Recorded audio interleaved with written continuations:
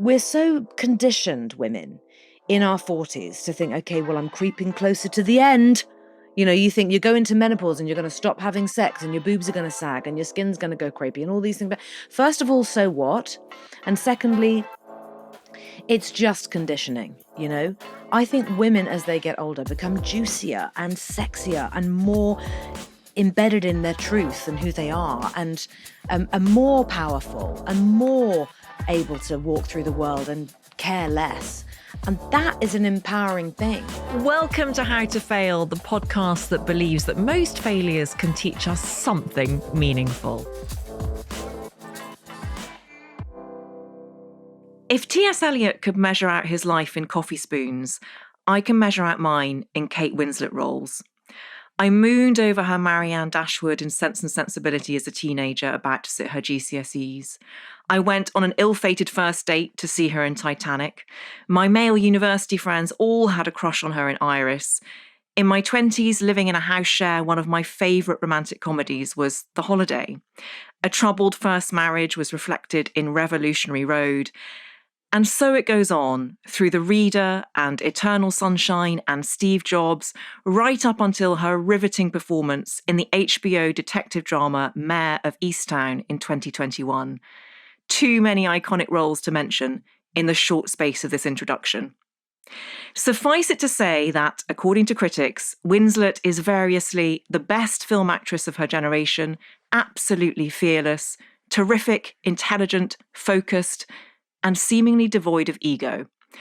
Marion Cotillard, her co-star in her latest film Lee, a biopic of war photographer Lee Miller, put it this way: I look at her work and I never see her actually playing a role. I always see her being a person. Winslet has received an Academy Award, 2 Emmys, 5 Baftas, 5 Golden Globes and a CBE. Her work has also earned her a world record for holding her breath for 7 minutes for a film scene shot underwater in James Cameron's sci-fi sequels to Avatar. It is, by Winslet's own admission, a long way from where she started out. In her words, the fat kid at the back with the wrong fucking shoes on. She was born in Reading, Berkshire, into a family of jobbing actors, and money was often tight. Winslet and her siblings were eligible for free school meals, and she left education at 16 to work in a cafe, barely able to afford the train fare to London for auditions. But her talent was notable from a young age. At 11, her first paid gig was dancing opposite the Honey Monster in an advert for Sugar Puffs. Now 48, Winslet's titular role in Lee also marks her first time as producer.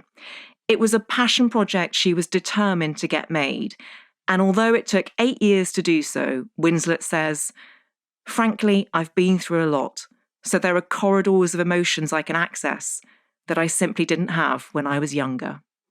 Kate Winslet, welcome to How to Fail. Such an amazing introduction. Well done. Did I get anything wrong? This is what I'm always terrified of. No, you didn't get anything wrong. I love that thing that the critics said about me. I'll take that. That's very nice. Because you don't read reviews, do you? No, I don't, no.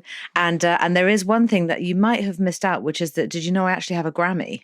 Oh my goodness. Which is totally bonkers. And I 1,000% shouldn't have this Grammy at all. And I'll just quickly tell you the story. So yonks ago, after Sense and Sensibility, Patrick Doyle, the composer, had written a beautiful piece of music with Wynton Marsalis, and there was some spoken word that had been put to it. And Emma Thompson phoned me one morning. She's like, "Hi, darling, it's me. I've got to call in a favour. I'm so sorry. I've lost my voice. Like, what? What's the matter? Lost my voice. Anyway, Pat Doyle, he needs a replacement. I can't go and record this thing this afternoon. There's no money. It's just a favour for a mate. Do you mind?" Cut to, the whole thing won Best Album for Spoken Word, and I won a Grammy. That's epic.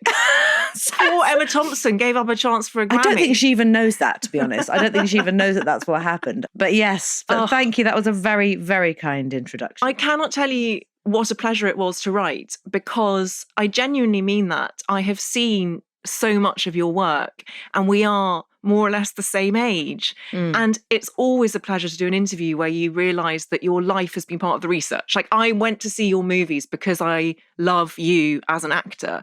So it came very, very easily. But tell me a bit about those corridors of emotion that you can access now that you are in your 40s. Well, I think just the more you go through life, the more you experience the more you experience it and show up for people and go through the shit and hold other people's hands, as well as having your own hand held by others. And I've gone through versions of tricky stuff, I guess, and not just once. And so I think what happens then as an actor is that emotions that you try and reach just simply become much more freely available to you the older that you get, because you've lived more. And it means that, things like method acting just don't really even come into my head, because sometimes it is just there. And sometimes it isn't. Like, case in point, you just mentioned Mayor of Easttown. The amount of stuff I had to create and embed in myself in order to portray a woman who was living with excruciating grief on a daily basis and hiding it from everybody. It was really hard and became extremely painful. And I still think, oh, it's gone, I've got rid of it. But then just this morning, I was asked to do something where I was watching past scenes of films I had done and had to comment on them for something. And they showed the scene in Mare where she discovers that her son has killed himself. And I just burst into tears. As I was watching, I was like, oh God, oh no. And so it's all sort of still there. And I don't know if that's a good thing or a bad thing or just a weird thing. But sometimes it does these things, sometimes they do get stuck to the sides. And other times, depending on the character, you can just shrug it off and walk away and go and have fish and chips with your family, Well, I also wonder if, because your career has been so distinguished and fairly lengthy now, I mean, I said your first pay gig was aged 11, you cover similar territory, but sometimes from different viewpoints. So you won an Oscar for The Reader, where you were playing a former SS guard. And now in Lee, you do this phenomenal portrayal of Lee Miller, the female photographer who was one of the first on the scene at the liberation of the Dachau concentration camp. And so you're witnessing that portrayal of history from different angles. Everything about Lee was really hard, I'm not going to lie. Sometimes that's just the case. Independent filmmaking in any capacity is really difficult, often because you just don't have as much budget as you'd like, which then in turn means you don't have as many weeks to make your film in as you really would ideally love. So we had that type of situation every single day, which is great and fun when you've got the right energy. And being a producer on that film, I was able to step in with both feet and just sort of bring everyone with me. And sometimes you just have to do it with a big smile on your face and look at everyone and go, no tears, it's going to be a great day. You just decide that and go and bring everyone along for the ride. And so there was a lot of that on Lee. But that sequence, the Dachau sequence, was excruciatingly painful, and particular for Andy Samberg, who plays Davy Sherman in the film, because he is Jewish and he didn't want to see the set, and he didn't want to walk around it. He didn't even want for us to have to establish shots by way of a rehearsal. So often you will just mark something out so cameras know where they're going to be or know what they need to hide in the background if they can see cables or bits of the set that aren't meant to be in. And we said to Andy, it's absolutely fine. The whole thing's going to be handheld, so we'll just roll the cameras and we'll just walk in. And it was very, very, very hard for him, because, of course, our set is a recreation of a camp. But nevertheless, it was terrible for him to have to go through that. And for my part, so much of who Lee Miller was, she was stoic, to say the least. She was brave, not fearless, but she was unbelievably brave and determined. And she was determined to reveal the truth, to tell the truth, and to give a voice to people who just simply didn't have one. In the same way that I now feel I often want to speak up for people who are from lower socioeconomic communities and might not be able to say something for themselves just simply because they don't have that platform. That matters to me. And so playing Lee, I was surprised actually daily and startled by just how similar to her I really did feel as a woman in the world, as a middle-aged woman, and the courage she had as a middle-aged woman to go to war by herself. She had completely reinvented herself from a former version of who she once was as a model, as a Vogue cover girl, as the girlfriend and muse of Man Ray. She was so done with that part of her life and wanted to become the truest version of herself that she believed she was meant to be. And that's part of the reason why we wanted to make the film, because Lee Miller is known as the muse of Man Ray, the ex-cover girl. Well, she hated that. She famously said, I'd much rather take a photograph than be one. You watch, when people start reviewing the film, reviewers will say, ex-muse of Man Ray, ex-Vogue cover girl model, la la la, worked for Condé Nast, blah, blah. People will just say it because that has been at the forefront of her narrative. So we wanted to change the narrative and put it in a place that was the most profound decade of her life and defined who she truly was and who she stayed. She remained that resolute, stoic, brave woman who simply believed in revealing the truth. And I feel that with the film, we have done that. And our hope is that for those who don't know that much about Lee Miller or who have never heard of her, this will define how they now view her moving forward. And so I do feel proud to have made the film. Whether people will like it, see it, feel indifferent about it, or love it, I really don't know. But I feel enormously proud of what we've done. You absolutely should. And it will have me thinking for a very long time. And I went down a whole rabbit hole of Lee Miller's work as a result of it, having known a bit about her, but as you say, not enough. You say there that you could see a similarity between yours and Lee's character, and part of that being, I imagine, a commitment to truth and to showing the truth, whether it be emotional or factual or physical. But one point of difference, I think, she says, only just having met you, is that Lee had a complicated relationship with her son, Anthony. And it struck me that you've played a number of complicated mothers in riveting ways. Little Children is a favourite role of mine. But in your real life, my impression is you're a very loving, open mother, and you have constantly turned down film roles to spend more time with your children.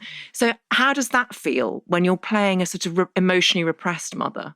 It's always very challenging, especially when my own emotional impulses is to be warm and embracing. And yeah, as you say, I'm extremely present for my family, and continue to not work for the sake of just keeping things steady and in a sort of domestic rhythm, which is very important for everybody. And also, which I had to do certainly when Mia and Joe were much younger, because I had had two marriages and they had two different fathers. And whilst those situations have actually always been really okay, still it meant that I had to be there constant, as any mother does, but it's much harder to pull off when you have a career. And there are certain things that, I may have wanted to pursue, but knew that it was wrong at the time and would have been thinking of myself and not actually the immediate and most important thing, which of course has always been the kids. So it is challenging playing tricky mothers. I don't like playing mothers who are just unkind or unsympathetic. And I did find that very challenging when prepping for the film, really, because I spoke to Anthony Penrose so much. He was a creative consultant on the film. He was heavily involved in the construction of the story and the script, and we cared very much about what he felt, what he was comfortable with, if anything was missing, if we had written too much of one thing and less of another. And it was completely invaluable for me to have him as a friend and confidant and collaborator. And in fact, the day before I went to start shooting, I couldn't believe the moment had really come after so many years of putting this film together. And I had all kinds of things that I was meant to do that day, not least packing and just organising myself for the time that I was going away to shoot. But I had, I had to go and buy new football boots for Bear, and I had to take the dog to the vet. And there was a whole load of stuff, and I just was a mess that day. I just was all over the map. And my husband said to me, what can I do? And I said, I think I just got to go to Farley's again. And Farley House is where Lee Miller lived when she was married to Roland Penrose, and actually where she subsequently died, and where there is an archive. The archive is there. It's an internationally respected art archive. but the house is still there and exists as a museum. It's in East Sussex near Lewes. And I had spent so much time there across a number of years, 7, 8 years. I spent so much time there, in and out of the archive, just being with Tony, talking with Tony. And I just had to go again. I said, I just got to go back one more time. Makes me emotional even to think about it. Oh my God. Yeah. And so I went. And I saw Tony and we both burst into tears because we couldn't believe we'd actually got to that place of like, my God, we're going to go make the film. It's really happening. And I think I just wanted his blessing one last time. It's so funny. And we went back into the archive and we touched everything again and all the real items that had belonged to Lee. I just wanted that last. And we were actually giggling a lot as well. You know, I just think I needed that last fix of just really holding the fabric of her, and taking it away with me. And that's very unusual when you're playing a real character, to have a family member who's actually there to, you know, literally and metaphorically hold your hand. And I had that consistently with Tony, and I just feel so grateful. I mean, he's her son, and he's in his 70s now, and he shared so much with me that isn't in any book, and probably wasn't a part of any conversation he's ever had with anyone. And I was enormously, enormously grateful for that. We'll come back to Lee because it informs some of your failures, which I'm so grateful for you taking the time and putting the thought in, because they're really excellent. Oh my God.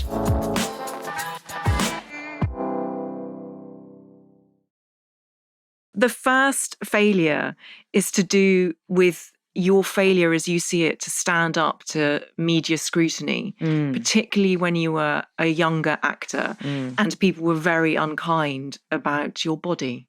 Tell us about this. Well, I look back on it now and I just think, my God, first of all, how were the people around me letting that happen?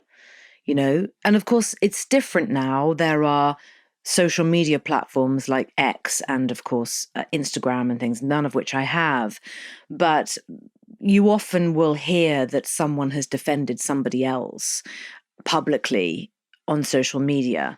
And that didn't exist, of course, back in the day. But I just don't. It's just this very strange thing that used to happen to young actors and actresses. There was almost this assumption that you were fair game, that your privacy was automatically not something you should expect to have anymore, and that you were almost asking for it, certainly from the British press. And I was always a very normal shape.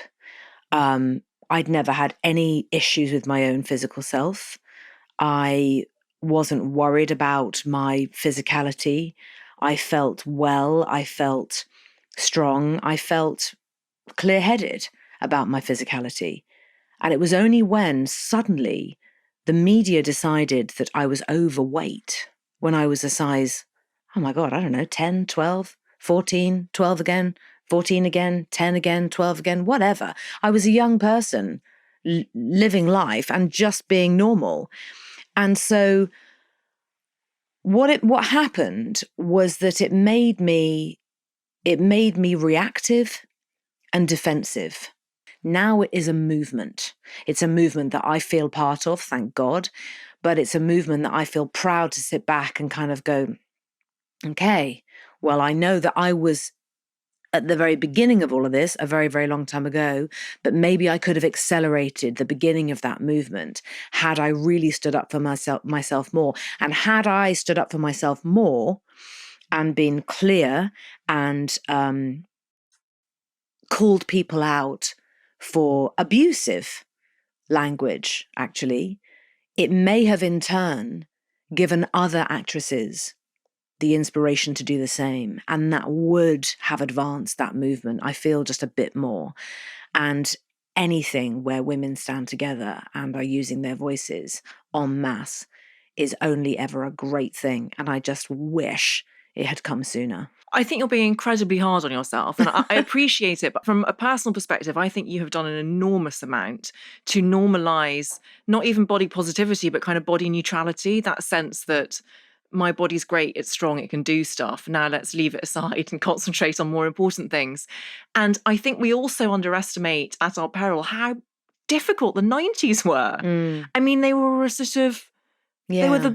Badlands of people having constant opinions and those being splashed across the front pages of our tabloids for women who were constantly confused by the messaging of whether to be ladettes or sylphs. And in the midst of that, you're still a teenager. So your first role is a major role is 17 in Heavenly Creatures. Sense and Sensibility, I was 19. you were 19. Yeah, it's ridiculous. So obviously there's going to be fluctuation and hormones during that time. But the point is, I was actually little anyway. Yes. I mean, I remember having my measurements taken for Sense and Sensibility, and I remember the costume designer saying to me, cool, 26.5-inch waist. I don't think I've been that since I was your age. And I remember thinking, oh, is that even I wasn't even aware of like what was a small measurement or a big measurement. I didn't have a clue. But I do remember I was actually I was fairly petite. Yeah, you're right. The 90s, that strange time where it was thought that women were all meant to be a certain size. And how on earth the media could have been so negative, and not just about how people looked and how women looked, but in general, and it's one thing about this country that I do wish would change, and perhaps it is a little bit, but in America, whatever people may or may not think of America, and it certainly depends on where you're from, but Americans on the whole are really great at celebrating each other's achievements, saying, good for you, you did such a great job. I hope you're proud of yourself. They'll say lovely things like that, whereas here it's like, well done. And it's just say it quickly and walk away. And certainly mainstream media in the 90s did nothing other than try and knock people down. And God forbid you should be young and successful. It was almost as though they would come at it with this attitude of, okay, so you think you're clever, do you? I've never thought I was clever at all. I've always thought I was lucky and had to keep working hard to stay in the game. And so it was a really rough introduction to what it was like to be famous. And it put the fear of God in me. I remember thinking, I do not want to be famous. This is terrible. This is absolutely awful. Stop it now. I really remember feeling that. And after Titanic, actively making choices to do the smallest possible things I could find, whilst I was still learning who I was, learning how to act. You don't walk into this business and know how to do it all. You learn on the job. And I hadn't also been to drama school like RADA, or hadn't been to any of those places. There never would have been the funds for something like that, or for me to even fantasize about something like that. And so I really did learn on the job, and still do. And I just know that after Titanic, I really just needed the space to just figure out who I was as a performer, and not to feel pressured into saying yes to things just because there might have been a large salary attached to it. Fortunately for me, I've never been motivated by finances somehow. How bad did it get during this period of Titanic, where you're experiencing global fame and experiencing people saying mean things about you? Like, is there a moment from that time that really sticks in your mind as being representative of how bad it was? I remember hiding in a cupboard. Once, yeah, because I could hear the paparazzi shouting outside my flat, "Kate, Kate, Kate," and I just didn't know how to switch off the sound. So I got in a cupboard. I'm so sorry you went Awful. through that. I know. It was really rubbish, actually. They should really feel ashamed of themselves. How did you find your sense of self amidst that? Who did you turn to, or was it an internal job? Well, I've always been so incredibly fortunate to have had a great family. My dad is an absolutely hilarious, larger-than-life character who's always been an out-and-out realist. And my mum, she did everything that one could ever hope a mum would do. Cook great food. You'd walk into the house and there would be wonderful, familiar food smells wafting through the air. There was always a Sunday lunch, and usually about 16 of us sitting around a table. Just great chat. I think it was an adjustment for all of them, for sure, when I suddenly became famous, because there's that moment where I think they were all really afraid, well, was I going to change? And what are we going to do about what's going to happen now? So it's definitely a strange moment for any family, I think, because it's such a surreal, weird thing to happen. And my siblings were just, they always just treated me the same. And so I think that was a great leveler. And I always had that. I've always been fortunate to have great friends. And actually, somewhere in there, even then, I did know how to look after myself. I knew that if I could just get away to nature, throw myself into the sea, go for a long, long, long walk, get blown around by the wind, then I would feel fitter for things. And that always worked and still does for me. So we've spoken a bit about the roles that you have said yes to and the choices that you made. And I suppose if I were to pick a through line, it would be something to do about women's freedom, both the presence and the absence of it. But I wonder what connects the roles that you turn down. Is there something that you read in a script and you're like, absolutely not for me? Yes. So anything to do with I cannot cope with anything that has child abuse in it of any kind, or an injury to a child, or losing a very young child. I just simply can't cope. I just have to stop reading. And it doesn't matter how great the role might be and how amazing the director might be or the writing. I'm just like, I'm sorry, I just can't, because I know that I will go through that and it will get stuck in there, and I don't want that for my life. And so sometimes I will turn something down. There was something that came up actually a year and a half ago, which was flipping brilliant and is going to get made with somebody else. And she will be extraordinary, much better than I would have been anyway, actually. But that was a hard one to turn down. And it had some of those themes in it. I thought, I just can't do it. Is that since you've become a mother, or has that always been the case? That's always been the case. Yeah. Going back to this idea of body scrutiny, with Mayor of Easttown, just the best piece of television ever. There was a lot of scrutiny paid on your lack of makeup and how sort of quote unquote brave that was. Oh my God, that was so annoying. Because first of all, I had loads of makeup on. I mean, I really did. I mean, if it had just been completely me with a totally naked face, my skin is quite irregular, actually. I have a little bit of rosacea here and there. You know, there's only so many bags you want to actually have under your eyes. And so, I mean, it wasn't loads, but I did have makeup on my face. Yeah, I did.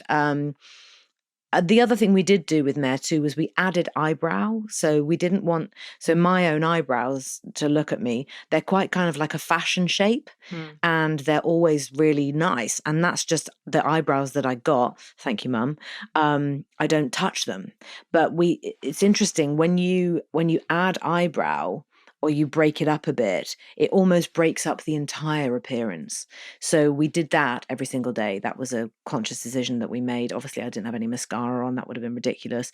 But there were things that we did to make me just not look completely like me. And the hair, that was a wig. An absolutely brilliant wig. And we decided in the process, Ivana Primorak and myself, who was the hair and makeup designer who I've known since The Reader, she's brilliant. She recently did Barbie. She's phenomenal. She and I work in a very collaborative way where we really do discover the hair and the face through a lengthy process that can often go on over a number of weeks. And we'll try something out, let it sink in, take lots of pictures, have a little look, try something else. And then we just started looking at images of women from that particular part of Philadelphia where it's set. And the one thing that we noticed a lot was that they all had regrowth. So what does that tell you? It just simply tells you that that's a person who just doesn't have the money to go to a hairdresser's necessarily, and certainly doesn't have the money to go to a hairdresser's that often. And I thought, my God, actually, if we built in this idea that she hasn't coloured her hair since her son killed himself, that makes a lot of sense. It made a huge amount of sense. And then, of course, it's not just about the hair. It's about the mental, emotional attitude towards her physical opinion, her physical appearance, and her opinion of herself. This idea of sort of bravery, though, is interesting in this context. And I think it came up again when you were filming Lee. So you, I understand, had 3 hematomas on the first day of filming. You had major injury. 4. Yeah. Oh, my God. It's like your awards. There's always one extra. There's always one extra. For another broken toe. Oops. To match the other one. And you pushed on through. Yeah. And there's a scene where you're famously recreating this photograph, which is a surrealist picnic, and you're topless. And you hadn't been able to exercise. And I understand someone said, gosh, are you sure you're quite brave doing that? Yeah. How do you feel about that word brave in this so context? Fucking annoying. Brave is going to the front line. Brave is being an NHS nurse during COVID. That's brave. It's not flipping brave to go topless or have no makeup or no Botox so that you can move your face around and morph it into different characters. That's not brave. That's just being a real person. So the use of this word brave, I think it's only because they just haven't come up with a better word yet. Maybe we can come up with one for them. Yes, honest. Honest. Where are you now with your body? I'm great with it. I think I look flipping amazing. You do. Thanks, so do you. Oh, thank you. But we have to say this to each other. We do. We have to own it. This is the thing, right? So we're so conditioned, women, in our 40s to think, okay, well, I'm creeping closer to the end. You think you go into menopause and you're going to stop having sex and your boobs are going to sag and your skin's going to go crepey and all these things. But first of all, so what? And secondly, it's just conditioning, I think women, as they get older, become juicier and sexier and more embedded in their truth and who they are, and are more powerful and more able to walk through the world and care less. And that is an empowering thing. And so I say to my friends all the time, you look amazing. Look, you look fantastic. Don't you feel great? And just like you did then, you were like, oh, thank you. You were almost shocked to be paid a compliment by another woman. So we have to just do it. It's very important. And it doesn't mean you look great / you've lost weight. That's the other thing, is that women often think, oh, do you think so? Oh, well, I have actually been exercising a lot recently. The interpretation of the compliment is, you think I look thinner. Yes. So I'm not doing any of that anymore. So when I see my friends, I'm like, oh, you look amazing. You look so well and happy. And God, your skin looks clear. You look bright. And, there are different ways of paying a compliment. And also, I think the same goes for when we compliment our children, particularly girls, and any mother who's listening, please remember that I said this. There is so much negativity that young girls are hearing from the world just because how the world is, but also because very sadly, so many of them are on social media and are exposed to an unnecessary level of negativity every day of their lives. If we do not tell them that they are beautiful and that we are so proud of who they are, they might not hear it from anyone else. So you have to say it. And there's also a way of saying to your child, I love you and you're amazing. There's that, but there's also, do you know what I love? The way you see the world and the way you dress with so much pride. I just really admire that. That will land on a teenage girl's ear much better than, you look lovely, darling. Yeah. That's in one ear and out the other because they expect us to say that. And they've heard us say it a million times before. But saying, my God, you look so strong and vibrant. Never, ever lose the pride you take in how you walk through the world. It's amazing.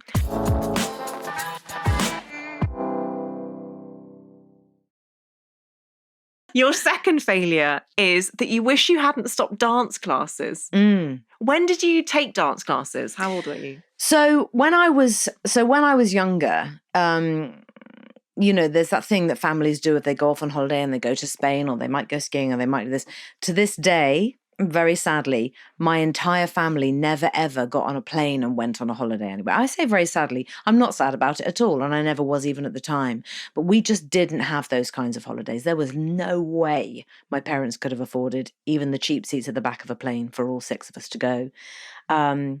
And so activities at weekends where some people might do things like expensive lessons for something, we could do dance classes at the local YMCA, which cost 50p. So we would all go and do 50p dance classes. And I think I started doing that when I was about 6. My older sister would have been 9. And then my younger sister at the time she was 3. And lo and behold, we were actually all quite good at it. I became very, very good at tap dancing. I was a really good tap dancer. Very good, really properly, extremely good. And I loved it. I loved the precision of it. I loved remembering the sequences. I just adored tap, loved it. And you have to be light on your feet. And you also have to be very in your body as well to be a dancer. You have to be extremely in touch with your physical self and use your physical self to express different forms of emotion. When you're not using words, you're using your body or your feet. And so I just did it for years. I really did it a lot between the age of 11 and 16. And of course, the one thing that I didn't think about or didn't realize that was happening to me as I was doing so many hours of dance every week was that I was so fit. I was so strong. And so I was much more flexible than I am now as well. And I left school and I just sort of stopped. And I think it was probably because I just had to get a job and I had to be in the world and I had to, as you said in your lovely introduction, I did have to earn the money for the train fares to go to London for audition. So I just had to carry on. And of course, at that point, dance classes probably did cost like £3.50 rather than just 50p. There was no way I could do that when I needed that money for the auditions. So I feel sad because there is a certain level of fitness that a dancer who's danced all their lives really does have that I envy. And I don't want my body to break. I don't want it to break down. I don't want to get injured. So for me now, exercise, the occasions when I have enough time to really do it, exercise for me is not actually about looking a certain way. It's about not getting injured so I don't hurt myself in my life. Because I always want to swim in the cold water and I always want to be able to hike for 5 hours. I always want to be able to give my son a piggyback, even though he's 10 and it kind of hurts now. And I always want to be able to carry my own stuff, carry my own luggage, Those things matter. And physical fitness when you're filming is really important because the stamina you have to have is, people don't really believe it. It does look so glamorous, I know. But my goodness gracious me, we are up at 3:30 in the morning sometimes and in the car on the way to work at 4:10. And I still feel excited by that. I still get up with the feeling of, God, it's like having a secret. I love it. I just love it. But then you'll go to work and you'll sit in hair and makeup and you will be on set filming by 7:30 a.m. and you'll shoot till 7:30 p.m. And then you go home and you quickly hurry up and have some dinner and do the things you need to do and learn your lines and, be ready, go to sleep and wake up at 3:30 the next morning and do it all again. And on the regime last year, for example, we had a 106-day shoot and I was in almost everything. So you have to have resilience and stamina. And a lot of that does come with just making sure that you're fit and well. The regime, because it was one of the ones I didn't have time to put in the introduction, is where you play the Eastern European dictator of a fictional country, and it's another HBO series. But so when you're filming, you don't have time to exercise, presumably. Sometimes you do and sometimes you don't. It does just depend on actually the size of the role and the length of the shoot. And funnily enough, I found on the regime, we had a lot of really tight costumes, which was weird for me because I don't sort of wear my body like that. I don't kind of wear those sort of things anymore. I don't know why. I just kind of morphed away from that. But so that was quite weird. I was like, oh God, all these tight things, I might rip and blimey, okay. And sometimes having to be quite physically active in these costumes. But so I did think to myself, I probably should be exercising more. And I just didn't have time. And any time I'd try and do like a really great power yoga on a Sunday or something, I'd put a rib out or I'd hurt my neck or I'd, something. And it was one of those things I just had to go easy on myself and let it go. I was just like, it doesn't matter. It's more important that you don't feel in pain at work. Just leave it. Just leave it. You got to just learn your lines, go to work, do your job, go home, do it all over again. Back to tap dancing. Would you ever take it up again? I'd love to, but I don't know if my body would let me. I have rather annoyingly, about 9 years ago, I broke the joint in my right toe on set. Actually, sadly, someone dropped something on my foot. And I had to just carry on working. I just strapped it up and just had to carry on. And I had broken it and I had to just stay off it. And that's the thing with toe joints. You just have to leave them alone and they eventually get better. And lo and behold, about 4 years ago, it just permanently was hurting. And I thought, oh. And so I had an x-ray and they said, yeah, you have got osteoarthritis in that joint. And so the joint itself locks out at a certain point. So there's a lot I can't do. So tap dancing, I still have my tap shoes. They're beautiful. But there's a lot that I can't do because I just actually can't get up high enough on my toes to be as light as you need to be to tap. But I do love it. I do love it. Before we get onto your third failure, just because I'll only get this opportunity once. So I love Sense and Sensibility, the 1995 adaptation of Austen's novel, adapted by Emma Thompson. Yeah. And I remember at the time seeing a TV interview with you where you spoke about Ang Lee and working with Ang Lee and how kind of enigmatic he was to begin with, and how after the first day's filming, you asked him what his opinion was of you. Do you remember this story? Oh, yeah. I'll never will you forget tell it again? Oh, my God. I will never forget it. You're lucky because my long-term memory is extraordinary. My short-term memory is just dreadful, and I can't remember what happened last week. However, my memory for dialogue is really still exceptionally good, and I can remember dialogue from past things, which is annoying. But so, Sensibility, yeah, it was day one, and Ang Lee is a wonderful, wonderful director, but he's a man of very few words, and certainly back then was. And I realised later on he was probably just terrified of all us quite loud, shrieking English actors sort of embracing each other every 2 minutes and sort of stuffing our faces with buns. He must have thought we were completely mad. But he didn't say very much, and his direction with me was phenomenally subtle. And on the first day, I did have quite a lot to shoot on the first day, and I was terrified. And I just kept thinking, they might just replace me and I'm going to get fired, because it was a mistake them asking me anyway, really. I think they just read the wrong name off the list and then just didn't have the heart to tell me that they'd actually asked the wrong girl to come and play the part. I mean, I was so in my head about the whole thing. It was really horrifying. But at the end of the first day, I went to Ang and he had said nothing to me, and I thought, well, I'm just going to ask, I said, so how, was it okay? Was everything okay? And he looked at me with a smile and he put his hand on my shoulder and he went, "Ah, you'll get better." I promise you. And I was like, okay, yeah, right, that's told me. Went to the trailer, burst into tears. Then I thought, okay, no, I'm not going to tell anyone, because, there's that thing they do say, it's tough at the top and you just got to keep going. And I just, okay, deep breath, be brave. And so I just thought, okay, deep breath, be brave, get on with it and try and ignore it and just pretend that hasn't happened. And that was what I did. And then about halfway through the shoot, I told Emma Thompson that he'd said that, and she went, "Oh my God, oh my God, oh my God, darling, why didn't you tell me that's I'm going to go and talk to him right now. That was mean. He should never have." "No, don't say anything." And she couldn't believe it. And I felt so much better to think that she also agreed that that was probably a pretty unfair thing to have said to a young actress playing a lead role in a really important film with lots of fancy actors in it.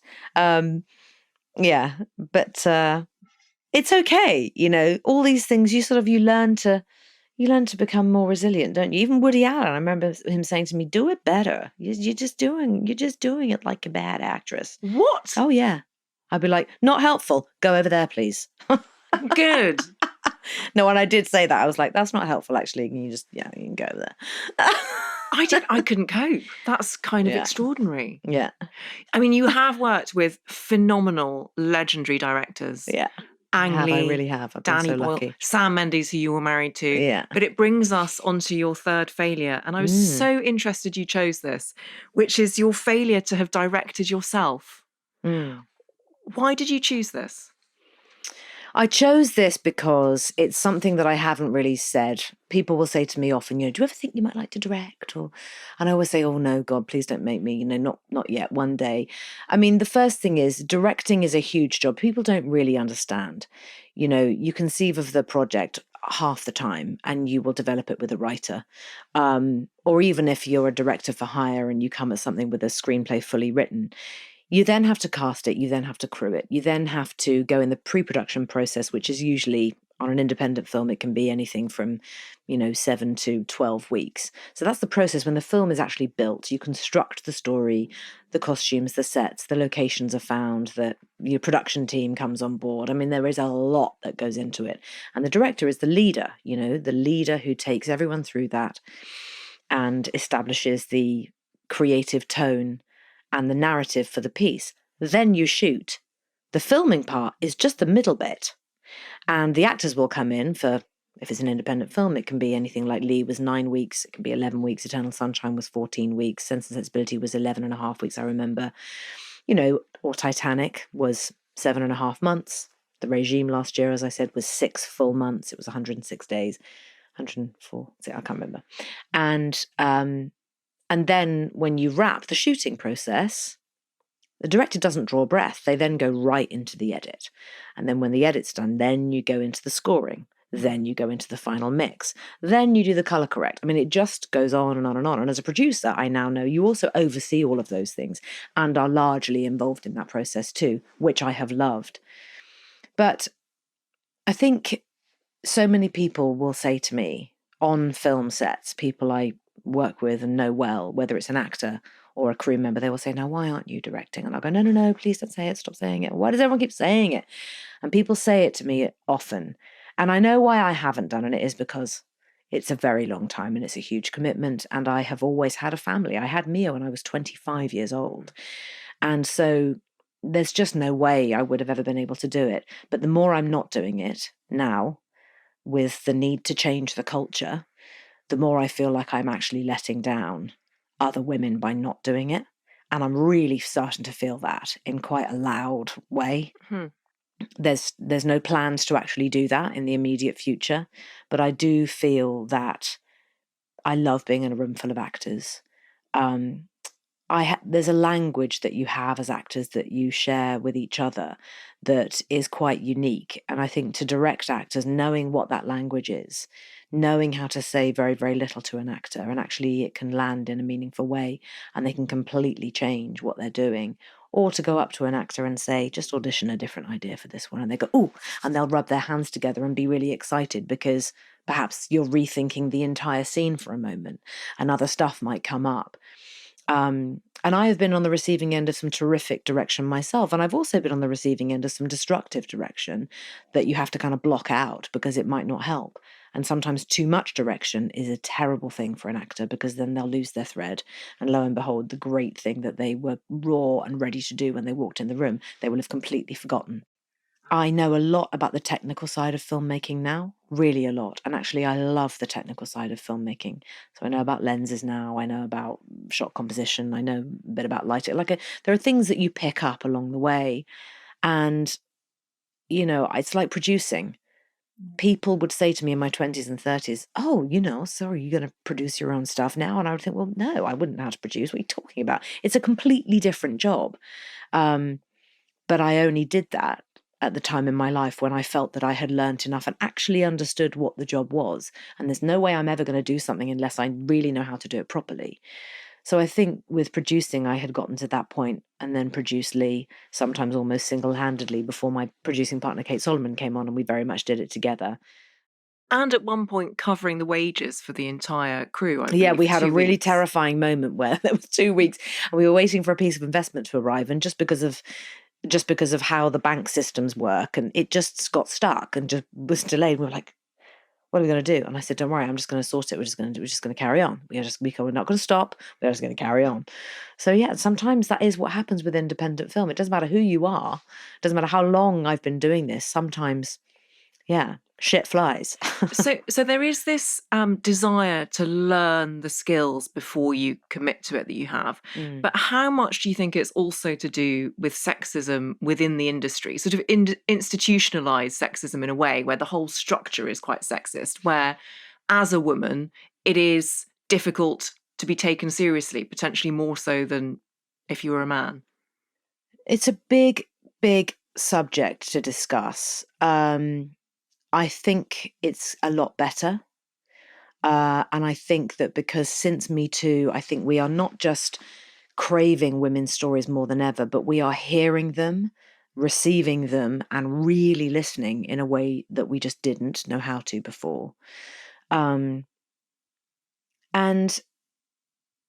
look, whether you like it or not, so often in life, men are brought up to believe that they can just choose to do anything. And it's so often the woman who is at home taking care of the children, But that dynamic has, of course, changed dramatically. I mean, certainly in my situation, I go out to work, Ned keeps the home fires burning. I mean, not literally because we typically all go together, but that is what we do. And I know many, many couples like that now. However, what I will say is that I think women are learning to walk through the world believing that they have as much right as their male counterparts, but really believing it, not sort of making themselves believe it. and not having to prove themselves as much. Although I do know a female director, who I was having a conversation with a few years ago, and I happened to say to her, God, your hair colour is fantastic. She went, oh yeah, I just had it done. Yeah, I'm so grey. Oh God, I can't leave it any more than about 5 weeks now. I said, interesting. I said, and why do you not just let it be grey? And she went, do you think anyone wants to employ a grey-haired 62-year-old female director? And I looked at her and I put my hand over my mouth and I went, oh my God, you're right. And I thought, bloody hell, actually. Men can carry on doing it forever. Yes. And so should women be able to. And that's why we have to be grateful for people like Nancy Myers, Jane Campion, Jocelyn Moorhouse. These are women who are of a certain age now and they are still directing films. And so we just got to step in, girls. And so I feel like, okay, I've just got to get on with it. And do you feel that because of your desire or because you feel this responsibility to the sisterhood? It's my desire first, but I think the sort of the urgency I feel on behalf of the sisterhood is really profound. I mean, I keenly feel that. And I think the more of us that are doing it, the more we will be inspiring others to do it. The less fearful we are of that dynamic, that world that we would be walking into, which is still male dominated, but the less fearful we are and the more prepared we are to just stand on our own 2 feet and say, I'm going to do it too, watch, the more others will do it. And so I feel it's kind of both things. Kate Winslet, you have exceeded every single expectation I had, and they were already sky high. I can't thank you enough for standing up for us and for giving us voice and for being such an extraordinary actress. Yeah, yes, but an even better person. Thank you so much for coming on How to Fail. Oh, thank you. But I just want to say it matters to be a decent human being. What we put into the world does vibrate back to you. And not just that, but the world is a hard place to live in at the moment. And I think since COVID, we are even more aware of how tough it is on people's mental health just to sometimes get through the day. And if we can lead with a little bit of integrity and kindness, we'll all be better off. Preach. Thank you. That was pleasure. Beautiful. Complete pleasure. Absolute pleasure. Please do follow How to Fail to get new episodes as they land on Apple Podcasts, Spotify, Amazon Music, or wherever you get your podcasts. Please tell all your friends. This is an Elizabeth Day and Sony Music Entertainment original podcast. Thank you so much for listening.